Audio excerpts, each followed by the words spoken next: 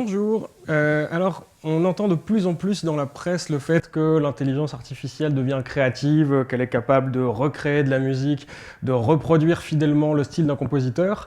Et ça, premièrement, c'est pas encore complètement sûr. Et deuxièmement, ça va pas être tout à fait le sujet qu'on va aborder ici, même s'il y a plein de mots-clés en commun, à savoir apprentissage automatique, technologie, créativité musicale. En effet, là, on va plutôt parler de chercher la connexion entre l'humain et la machine, plutôt que de chercher toujours plus d'autonomie de la machine.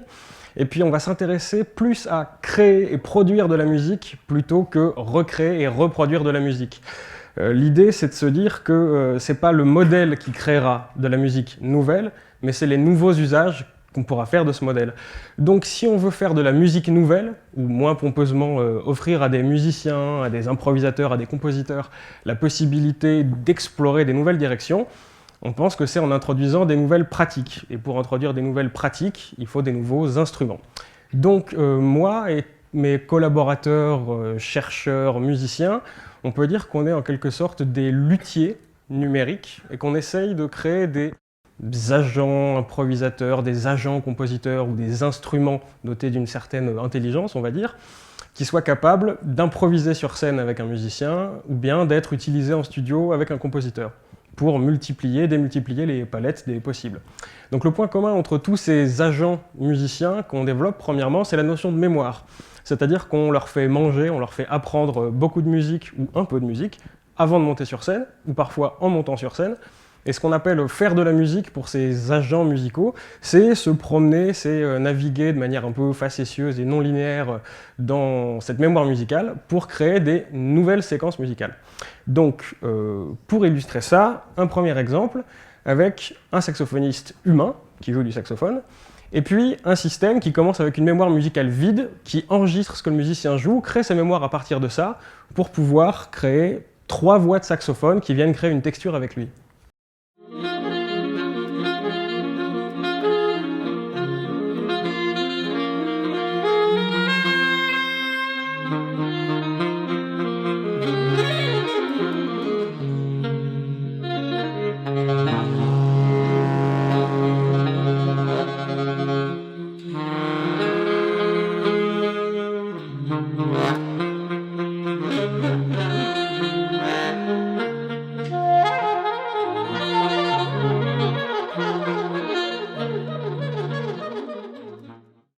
Cet exemple-là illustre bien le premier paradigme qu'on essaye de mettre en place d'interaction, de connexion musicale entre l'humain et la machine. Premièrement, il y a ce dont on parlait tout à l'heure, l'écoute d'apprentissage. Le système écoute le musicien pour engranger des connaissances musicales. Et puis il y a aussi la connaissance commune d'un scénario, d'une structure. En fait, avant ce bout de session d'improvisation que vous avez vu là, on a dit au système on va improviser sur tel déroulé temporel. Alors c'est quelque chose de très abstrait, hein. On lui a dit, par exemple, il y aura un thème A, puis un thème B, puis une variation sur A, puis retour sur B, sans définir ce qu'est A ou B. Mais on donne une séquence, un scénario. Et donner a priori un scénario à la machine, c'est pas tricher. C'est pas tricher premièrement parce que le but c'est de faire de la musique et pas de faire des prouesses techniques forcément, donc il n'y a pas de morale là-dedans, le but c'est que ça marche. Et puis c'est pas tricher parce qu'en fait ça reprend exactement les pratiques que peuvent avoir 2 improvisateurs de jazz qui sont dans un club et qui se disent avant de commencer, bah là on va improviser sur la grille de Autumn Leaves de Song from My Father par exemple. Et cette idée d'introduire un scénario dans ce que joue la machine, c'est aussi intéressant dans une pratique plus compositionnelle, une pratique de composition pure.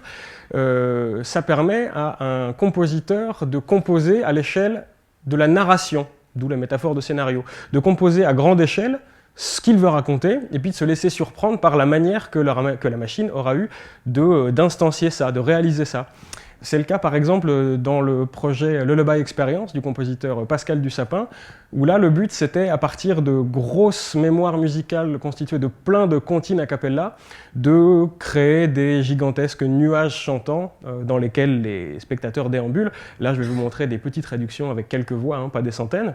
Et donc par exemple, voilà ce qui se passe si le compositeur dit j'aimerais avec ta machine que tu me fasses quelque chose, un nuage chantant qui corresponde au scénario abstrait suivant, plein de tranches de voix autour de la même note qui viennent se superposer, puis d'autres qui rentrent pour créer finalement un accord, par exemple.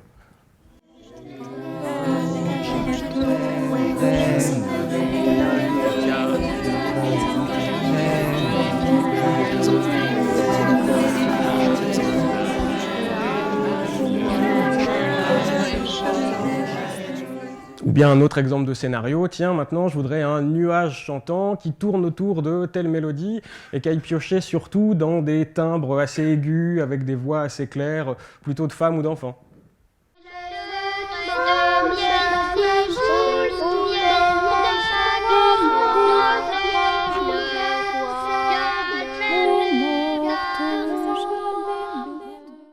Donc là, à l'inverse du premier exemple, c'est vraiment une application pour la composition pure. Et entre l'improvisation et la composition, ce type d'outil aussi permet, on va dire, d'apporter des pratiques hybrides, à mi-chemin entre les deux. Par exemple, dans ce projet du compositeur Georges Bloch et du pianiste Hervé Célin, le but était que le pianiste puisse improviser sur une structure, un scénario connu à l'avance, à savoir le standard de jazz The Man I Love, mais il voulait être accompagné par un chœur avec une esthétique un peu patchwork, un peu cut. Pour quelle raison? Parce que la mémoire donnée aux agents pour constituer ce chœur était très hétérogène. Donc on avait Billie Holiday qui chante The Man I Love, donc ça pour chanter sur The Man I Love ça devrait aller, mais aussi Edith Piaf qui chante Mon Dieu, Milord, ou bien Elisabeth Schwarzkopf qui chante du Mozart et du Puccini. Donc le but c'était d'avoir ce chœur un peu bancal, un peu de guingois, mais qui, grâce à l'intelligence musicale du système, rentre quand même dans l'harmonie du morceau joué par le musicien.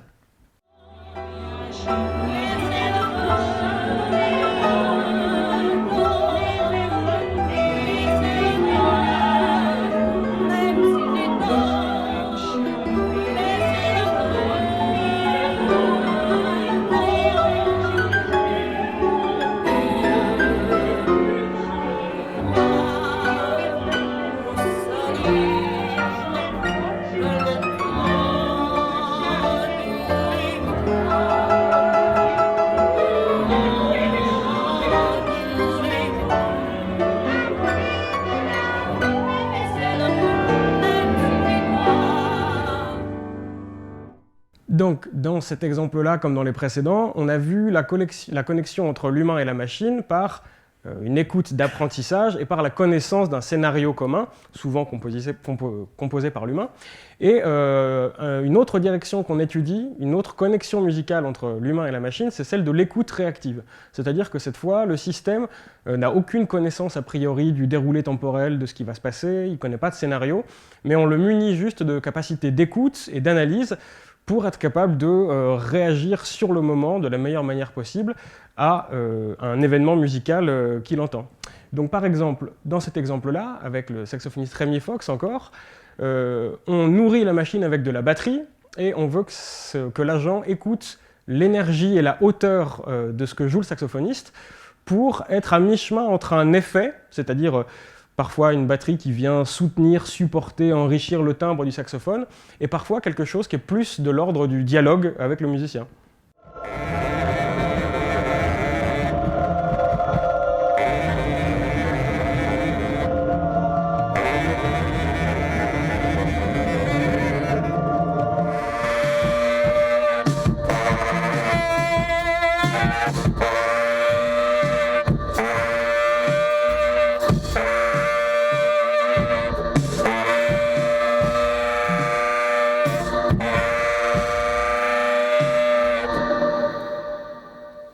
Voilà, ça change un peu d'esthétique musicale. Alors voilà ce qui se passe dans ce cas-là, dans la tête du système. Alors j'utilise plein de métaphores, je dis dans la tête du système, mais il faut bien comprendre que dans ma bouche, comme dans la bouche de plein de gens, c'est des métaphores et que le système n'a pas de tête, c'est pas de créativité, je le dis au cas où quand même. Donc ici, la mémoire musicale du système, c'est un saxophone, découpé en petites tranches, c'est tous ces points colorés que vous voyez ici. Et là, le système écoute quelque chose de très différent, un chœur de Poulenc. Et le but de cette simulation-là, c'est qu'en écoutant l'harmonie, l'énergie et les variations de hauteur du chœur de Poulenc, le saxophone puisse, dans les grandes lignes, rester dans la même harmonie, suivre les mêmes évolutions, aller vers du plus aigu quand le chœur va dans du plus aigu, aller vers plus d'énergie ou vers la conclusion d'une phrase quand le chœur va vers plus d'énergie ou vers la conclusion d'une phrase.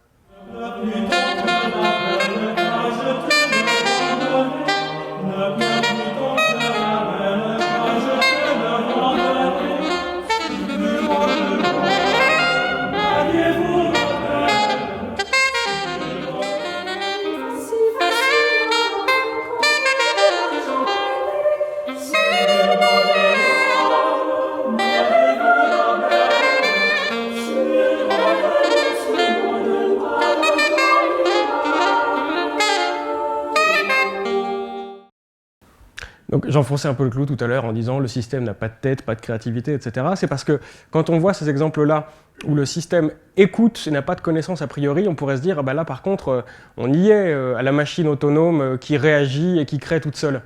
Alors de l'autonomie il y en a, c'est vrai, mais en fait on est loin du système tout à fait autonome parce que derrière ça, déjà il y a une interaction forte avec le musicien humain et puis surtout, même si c'est moins évident que dans d'autres pratiques musicales, il y a des gestes compositionnels forts. Le fait de dire je veux choisir tel corpus, telle mémoire, c'est un geste compositionnel fort. Le fait de dire je veux pas non seulement de la batterie en soi, mais telle batterie, c'en est un aussi. Dire je veux que la batterie elle réagisse, non pas aux notes que je joue, mais juste à l'énergie de ce que je fais. Ça traduit d'un propos musical. Et puis si on laisse le système jouer tout seul, il pourra dérouler un discours certes, mais comme vous l'avez vu sur certaines vidéos, si on veut quelque chose dont la narration peut changer, dont peut évoluer, il faut une deuxième personne, un deuxième être humain qui, si le musicien donne le stimulus, le deuxième être humain qui joue avec ses instruments logiciels, qui lui compose en temps réel de quelle manière on réagit à ces stimuli. Et donc, ce qu'on cherche à faire avec ces systèmes, en fait, c'est d'offrir aux musiciens avec qui on travaille la possibilité d'être impliqués en amont dans la composition du discours musical qu'aura le système avant la performance. Ça leur permet de composer, non pas dans le temps comme une partition, mais de composer des mécanismes, de composer des types de réactions. Donc c'est autre chose que la composition comme dans le sens dans lequel on l'entend tous, mais ça reste, encore une fois, j'insiste, un acte créatif humain. Et puis, quand on travaille avec des musiciens qui sont expérimentateurs, improvisateurs, créateurs, bien souvent, si on leur présente ce type d'outils, ils ne vont pas nous dire « Ah, est-ce que tu peux essayer de me faire une basse tranquille qui colle bien avec les accords de piano que je te donne ?» La question, ça va être « Ah, mais avec ton truc, est-ce que tu pourrais faire une batterie qui soit super bien articulée rythmiquement, mais qui se cale parfaitement sur la prosodie de mon saxophoniste préféré ?» Bah oui, on peut essayer de faire ça du coup. Well, I don't know. I think eventually that it will go back to both. You know, I think it'll have to be people who write and the artists themselves.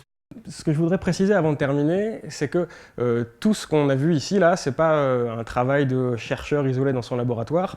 On fait tout ça en collaboration étroite et long terme avec des musiciens. Et ces collaborations ont 3 objectifs. Le premier, c'est de faire de la musique. Avec tous ces systèmes-là, il y a eu ces 3 dernières années plus d'une 50aine de concerts avec la galerie de musiciens que vous voyez ici, à Paris, au Centre Pompidou, au Collège de France, aux États-Unis, en Europe, enfin des vraies productions musicales, c'est ça qu'on cherche à faire. Le deuxième objectif de ces collaborations, c'est de produire des instruments, de produire des outils qui, au passage, sont open source, libres sur Internet. Et quand on travaille en vue d'une production avec un musicien avec ces outils qui ne marchent pas encore, qui sont encore un peu balbutiants, c'est leur retour qui nous permet d'avancer et de motiver les développements futurs. Et puis il y a une troisième finalité, c'est qu'en creux, quand on travaille avec des musiciens improvisateurs, par exemple, et qu'on leur demande pourquoi là, musicalement, ça marche, pourquoi là, musicalement, ça marche pas trop, selon toi, eh ben, la manière qu'ils ont de répondre et de valider ou non ce qu'on fait avec nos systèmes informatiques, c'est une manière détournée de leur faire formaliser ce qu'est leur pensée de la musique ou leur pensée de l'improvisation. Donc c'est une démarche qu'on pourrait presque qualifier d'ethnomusicologique. Donc c'est pour ça que systématiquement, quand on travaille avec les musiciens, on prépare les performances, on travaille en studio, on fait des concerts et on fait des entretiens et des séances de réécoute. Donc ces entretiens, très souvent on entend des choses assez tranchées de la part des musiciens avec qui on travaille. C'est très beau. Au bout d'un moment, c'est lourd. Inintéressant au possible. Ouais. Bah là, comme ça, c'est assez bluffant, quoi. Et parfois des choses tout aussi tranchées, mais peut-être un petit peu moins immédiates à retranscrire dans un système informatique. C'est l'égaré qui est mal garé. Avec l'autre, ça va mieux qu'avec le même. Oh là là, moi je veux le dire à ma mère. Voilà, je pense que c'est une bonne conclusion. Parce que même si c'est dit de manière très fleurie et marrante, en fait c'est exactement ça qu'on cherche à faire, encore une fois. C'est pas de créer automatiquement à l'appel de la musique crédible, c'est de pouvoir offrir la possibilité à des grands musiciens comme Bernard Lubat ici, d'introduire face à eux ce qu'il appelle l'étrange étranger, ou ici l'égaré qui est mal garé. Je vous remercie.